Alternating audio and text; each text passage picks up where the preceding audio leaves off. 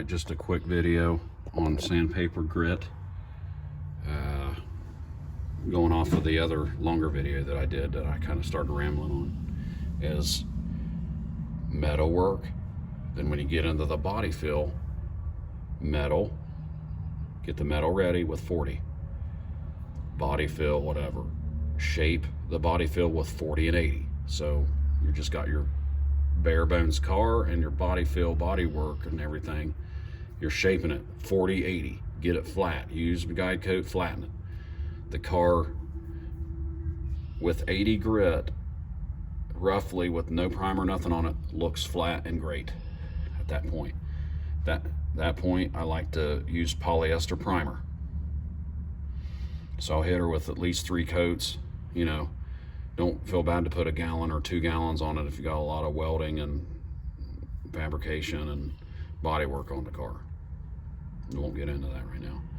After that, start blocking it flat with guide coat with 80 grit. If it's flat, pretty darn flat with 80, go right to your 220 and rub it flat.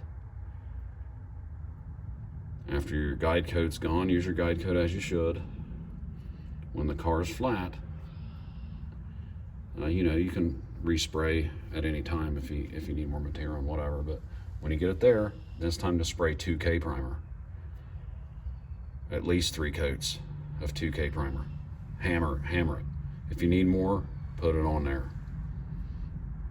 And then with your 2K primer, you're going to block it using guide coat with 400 to 600. 400, get her done with 400, and obviously taking care of pinholes and little stuff along the way. And then if you're using urethane paint, 400 is good to go. Hammer it. Now, if you're using like metallic, even in a urethane maybe, or if you're using base coat, clear coat, do another stage, you go to 600.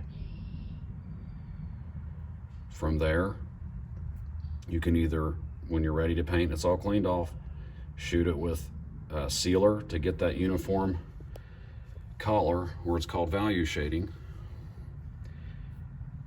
or epoxy. Now I use the epoxy because it's another layer of protection,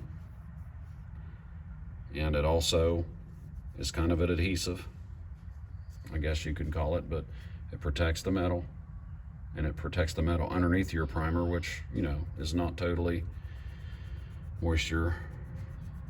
It's not a moisture barrier at all, and no moisture barrier in that.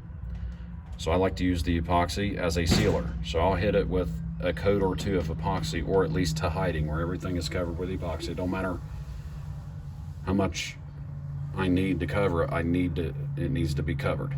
It takes what it takes. Just, it needs to be in hiding is what it's called. It needs to be covered. At that point, let that kick off, 40 minutes or whatever your sheet says. I usually wait a little more than the sheet says. And after it's kicked off, start with your paint or your base coat, clear coat. You don't have to sand that, sealer or epoxy. Wet on wet. I will quit talking now so that I won't confuse everyone. And to my buddy that this is for, have at it.